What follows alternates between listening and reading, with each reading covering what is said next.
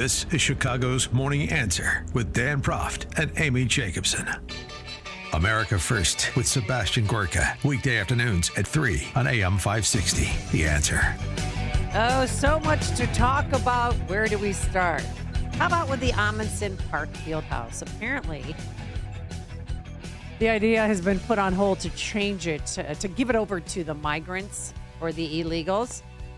But yesterday, they still had a protest right in front. They're fighting till the bitter end. Yeah. And here's one guy, Mr. Ray. Bringing them into our community right now, it could be dangerous because we don't know who they are. We don't know if they're terrorists. We don't know if they're criminals. But we do know that there's some good people in that group. You're asking us to stop what we've done, change our lifestyles, and disrupt our community. We are not for that. So what is the latest? With that, we'll welcome back to the program Alderman Ray Lopez from the Fighting 15th Ward. Good morning, Mr. Lopez. How are you? Good morning, everyone. Happy Tuesday and happy belated Columbus Day to all your listeners. Oh, thank you. Yes, we're the C word's back. People were saying Columbus Day, but also for Chicago Public Schools, it says it's Indigenous People Day on the calendar. But anyway, it's coming, it's gone, and there was no... Everything went smoothly with their parade yesterday, so that's good. So tell me about Amundsen Park, because I've been trying to reach out to the alderman. There's conflicting reports. Some say that the employees have handed the keys over to the city. And then we're waking up this morning to hear that maybe the deal has been postponed. Do you know any inside information? Well, it definitely sounds as though the plan to move out the programs and bring in the asylum seekers is put on hold at the moment. I believe my colleague, Alderman Chris Talaferro, made a statement saying that the mayor has heard you, referring to the community. But I think that's going to set the mayor's policy of trying to house these individuals back a couple hundred feet, considering that just a month ago he told every alderman that when we call, no, they are coming. And apparently that doesn't apply to the west side or to when people rise up against him. So he's drawn a line in the sand, retreated, and now he's going to have to try and figure out where to house these thousands of asylum seekers arriving every day. Well, I got to tell you, I'm pretty upset because I know a lot of people that protested outside the Broadway Armory, but we're not black, so we don't matter. I mean, this seems like a racial issue. You know, if he pisses off the black community, then he'll make changes. But the white folks and Hispanics, you know, whether it be at Garfield Park or at the Broadway Armory, because of the color of our skin, that we don't matter, because they have 3 courts at Amundsen. There's 6 courts at Broadway that could be used to house, you know, kids that he wants to see off the streets on, you know, Friday and Saturday nights. Well, absolutely. I think that either we're all in this or we're not, and you can't have different rules for different neighborhoods when it comes to addressing this crisis. I said from the very beginning that he needs to have a clarion call to the entire city to say this is what we all need to do. But if you're going to start picking and choosing who has to do it and who doesn't, then nobody's going to do it. I want our Broadway Armory back. What about Gage Park in your ward? What's the latest? Is that, do you really think they're going to be out of there in 6 months? Not at the rate we're going, and not if the mayor is allowing communities to reject whether or not they come. To be perfectly honest, seeing what happened over the past 2 days, I'm worried that now that you're going to jeopardize Gage Park as a shelter, because if you're allowing the community to say no and protest, what's to stop Gage Park to rightfully say we want our park back too then? That's wow. That's pretty incredible stuff. Also incredible, the numbers are in for that NASCAR race. Chicago spent $3.5 million. And how much did we get in return? Maybe $600,000? Yeah, about $620,000. So was it worth it? And then why are we doing this nonsense again next summer? Well, no one ever accused Lori Lightfoot of being a mathematical genius, that's for sure. But clearly, we did not get the direct benefit that we were hoping or even breaking even, and I think that shows just how poorly this was negotiated. Look, I'm all for events that bring people to the city, that create new amusement and spectacles in the city of Chicago, but like Lollapalooza and other events, they should be required to pay for whatever upgrades, changes, and impact that they have on the city of Chicago. It shouldn't be on the taxpayers. And I would have hoped that our new mayor, Brandon Johnson, would have negotiated that fact. But we're not sure because, once again, we are all left in the dark. with Alderman Riley and Alderman Conway both saying they had no idea that this was happening again, despite their concerns. The head of the Transportation Committee, Socialist Daniel Espada, said he had no idea or input. So, we're back in the dark under this administration on what's going on with these events. Well, Amy, they're coming for your white privilege, so that's what they're coming for. So you got to understand this. This is decades long, my kids centuries are long Hispanic. of pent-up frustrations on white privilege. But, Alderman, I saw that you made a comment about what happened over in Israel. But, those usual suspects, the communist part of Chicago, I haven't seen much from them. What's the feel like about what's happening in Chicago as it relates to the Israeli attack by Hamas? Well, actually, I will say that our Health and Human Relations Chairman, Rosanna Rodriguez Sanchez, the deputy communist in charge of City Council, was very quick to put blame on Israel for what had happened. Never mind that this is a terrorist organization striking at the innocent civilian grandmothers and children of Israel. We cannot negotiate with terrorists or bend our knee to their bizarre thinking that violence is the cure-all for all of their social ills. And it should be no surprise that the same people who enable the neighborhood terrorists, those domestic terrorists we like to call gangs in the city of Chicago, are also enabling the terrorists that exist on the world stage. Wow. And even Mayor Brandon Johnson's handpicked housing committee chair for the Chicago City Council, Byron Sigcho Lopez, Sunday, he was out there saying this. From the river to the sea, Palestine will be free. From the river to the sea, Palestine will be free. Brothers and sisters who are attacking our brothers and sisters and siblings, we cannot be quiet. We must denounce it.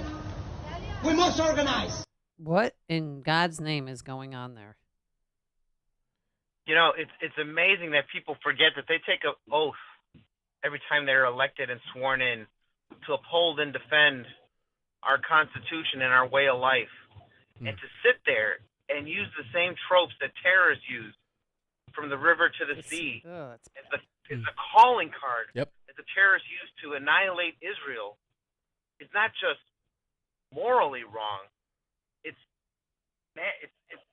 You are unpatriotic. You are anti-American, and you are pandering for the sole purpose of just being able to grab the microphone and say you stood up for some cause. Yeah. They have enough causes in this city right now that they don't need to jump into international waters, so to speak, and pretend like they are going to solve an issue which has been centuries old. Yeah. But clearly they don't care. They don't care about how many children have died, how many grandmothers were set on fire, how many women have been taken hostage. All of those things are optional in their mind as we discuss the scenario that's unfolding in front of us now. Hey, Congressman, I don't know the numbers. You just called him a congressman. I mean, well, you want him to be a congressman, I do. which we'll ask you about in a That's second. later, though. I'm sorry. Planning ahead. I love it. Alderman, do we have a breakdown of ethnicities or countries as it relates to the people that have come into our the city of Chicago or the state of Illinois? Does Chicago have, are people coming from Palestine? Are they coming from Iran? Do we have a breakdown of that? Because I fear that these small cell terrorist groups are starting to set up in small cities. I guarantee they're already set up. But do we have those numbers, or where should we look? Where can someone go look to determine the breakdown of the people that are coming into the city of Chicago and the state of Illinois? Well, I can tell you that every week the mayor's team sends out a breakdown of who and where people are coming from.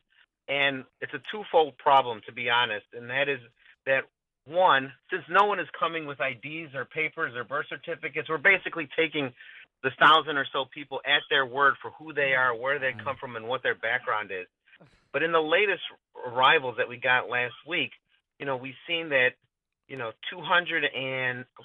had 400 people from Venezuela, 2 that were unknown, 3 from Ecuador, 17 from Colombia, 1 from the Honduras. So we get a breakdown of where they're basically coming from. Of all the new arrivals to date, 7,500 have been from Venezuela, but we also have some coming from Angola, Brazil, Guatemala, Nicaragua, Ecuador, Peru, and that's assuming that they are from those countries. So places where Iran has tentacles, then, basically what you're saying. Correct. These are places where Iran has tentacles. I mean, we've seen Russians come through claiming to be from Central American countries. Wow. We've seen Chinese individuals come through claiming to be from South American countries. But we're not allowed, because of our laws, to question them. Oh, my God. Because we just have to assume and respect their human dignity that they are telling us the truth.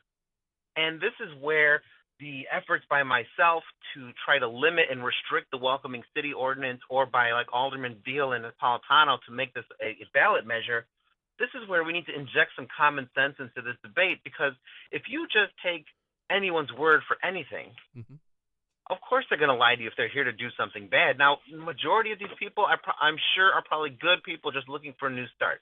Fine. But we can't verify that. And, you know, there's an old adage to trust but verify, and we're verifying nothing. And that's only going to become exponentially more dangerous as we're seeing, instead of 1,000 people a week, 1,000 people a day.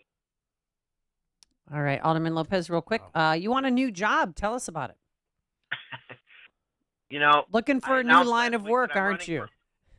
I'm a glutton for punishment. But I know that a lot of the problems that we're seeing, especially now in the city of Chicago, are beyond our reach because they all stem from Washington, D.C. Yep. Their problems have become our problems, so I'm going to become their problem. And we are going to fix this. We're going to talk about things that they don't want to talk about. There's no problem, in my opinion, that we cannot address, whether it's national security, whether it's a complete overhaul of the tax system, helping working families, or right now, addressing immigration. I'm tired of hearing that, oh, it's a hot button issue, we can't address it. That's what they're sent there to do, to address the issues, to make tough decisions, and to do some work. And rather than do that, our members of Congress are all talking about, you know, Taylor Swift outfits and the monopoly of Ticketmaster, while our borders are being overrun and our security has been compromised. So I'm in it for the 4th District, and we're going to make it happen and show that common sense can prevail in the city, county, and country again. All right. Is there anywhere people can go to get more information about your campaign? All platforms, social media, Twitter, at Raymond A. Lopez, websites, Facebook, you name it. You've got it there. Here with you too. All right, Alderman, we'll leave it there for today. Thank you so much for making time, because I know you have a breakfast meeting to attend, so we always appreciate your information and your time. So God bless. Have a good day. Amy, thank you. Thank you. And he joined us on our Turnkey.pro answer line. It's like a hot, steaming cup of information to start your day. It's Chicago's Morning Answer on AM 560. The Answer. Venture X from Capital One is the travel card for people always asking, where next? You earn 10x miles on hotels and rental cars, and 5x miles on flights booked through Capital One Travel, and 2x miles on everything else you buy with Venture X. Plus, receive premium travel benefits like access to over 1,300 airport lounges. The Venture X card from Capital One. What's in your wallet? Terms apply. See CapitalOne.com for details. Your pet isn't just a pet, they're part of your family. Most of the pet food on the market is cooked at high temperatures, which kills nutrients. A scoop of Dynavite is a 3-in-1 daily supplement, adding back key nutrients to your pup's health. Try Dynavite for free. Just pay shipping and handling. Learn more at dinovite.com/radio. That's Dynavite.com/radio. Happier, healthier with every bite. Over 1 million pets helped with Dynavite.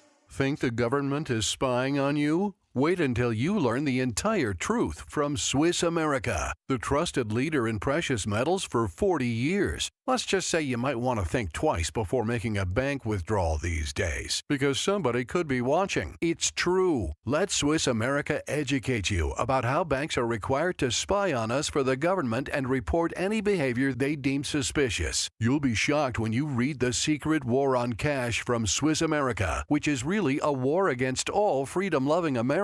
It's free to Salem listeners. Get your free copy of The Secret War on Cash by calling or texting 800-6 800-630-1495. That's 800-630-1495. This war includes digital currencies too, so please get and read The Secret War on Cash free by calling or texting right now at 800-630-1495. 800-630-1495.